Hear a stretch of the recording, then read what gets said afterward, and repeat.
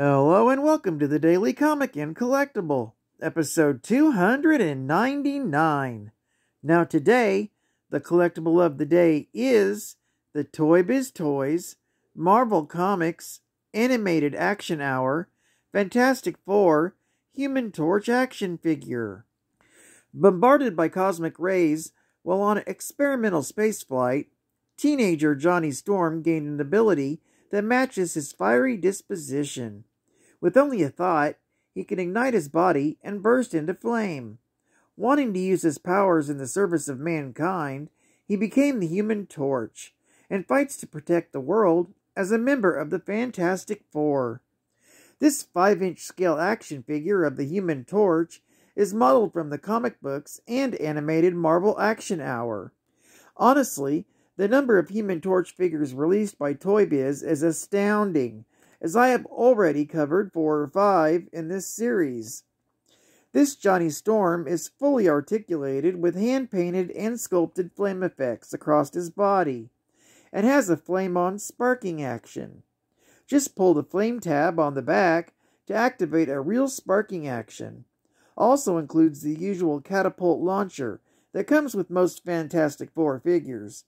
Released in 1995 by Toybiz Toys. Now, the comic of the day is the Fantastic Four, issue number 183, with a cover date of June 1977. I was almost 2 years old. This issue had a total of 6 writers, including Bill Mantlo, Lynn Wein, James Shooter, Roger Stern, Ralph Macchio, and Roger Slifer, with art by Sal Buscema and cover by George Perez. This issue is titled Battleground, the Baxter Building. Returning from their investigation of the scene where the Thing and Tigra battle the Metalloid, Tigra, Thundra, and the Impossible Man witness as Sue is thrown out of the upper stories of the Baxter Building. With the Impossible Man the only one with the ability to save her, Thundra is forced to throw him at Sue, when he proves too slow to realize that a fall from that height will kill her, and he rescues her just in the nick of time. Watching this from the window, the Brute is furious, but decides to set up the Baxter Building's defenses in order to prevent them from stopping him. While in the negative zone, Annihilus tells Reed, Ben, and Johnny the origins of the creature they just battled.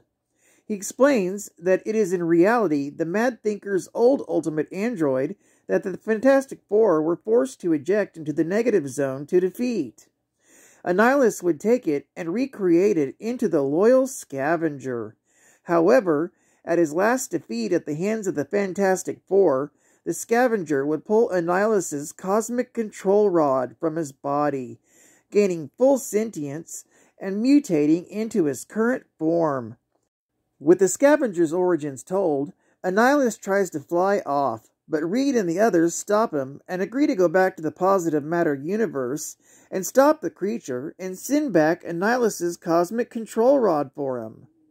As the Mad Thinker heads to the Baxter Building, hoping to retrieve the Scavenger without any issues, the Invisible Girl, Tigra, and Thundra head toward the Baxter Building to confront the Brute.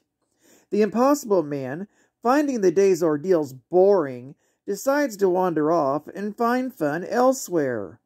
As they fight through the base's defenses, the Scavenger arrives through the negative zone portal, and thinking that the Brute is the person who summoned him and not wanting to be a slave again, attacks him. As Sue and the others break through the various defenses until they shut them down, Reed, Ben, and Johnny travel to the negative zone's portal, where their ship is attacked by borers.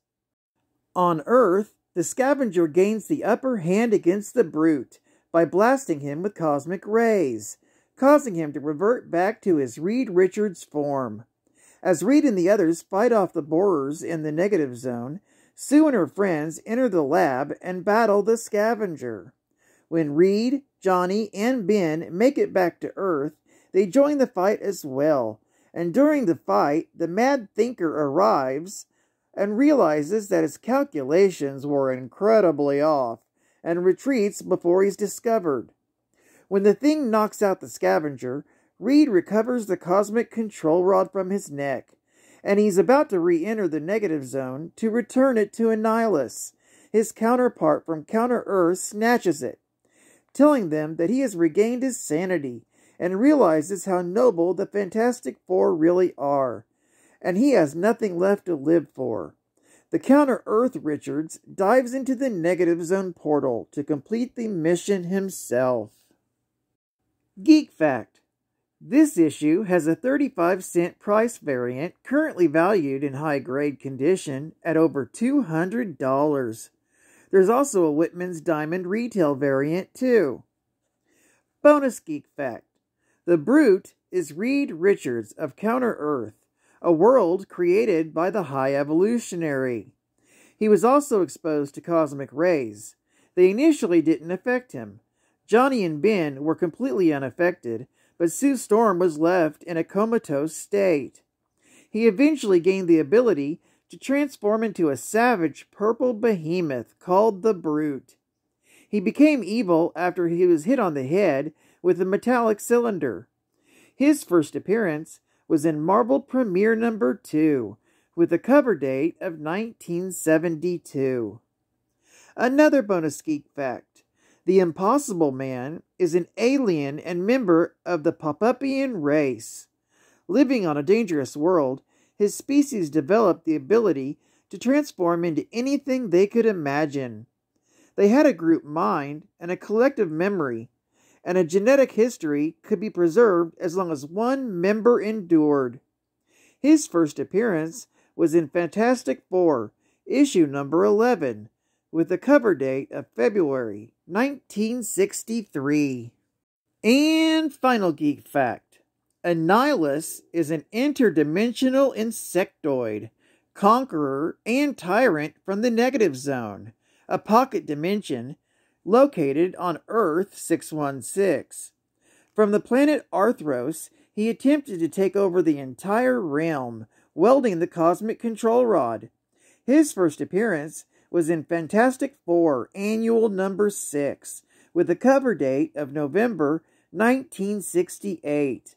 Annihilus is obsessed with extending his own lifespan and will destroy any being that threatens his existence.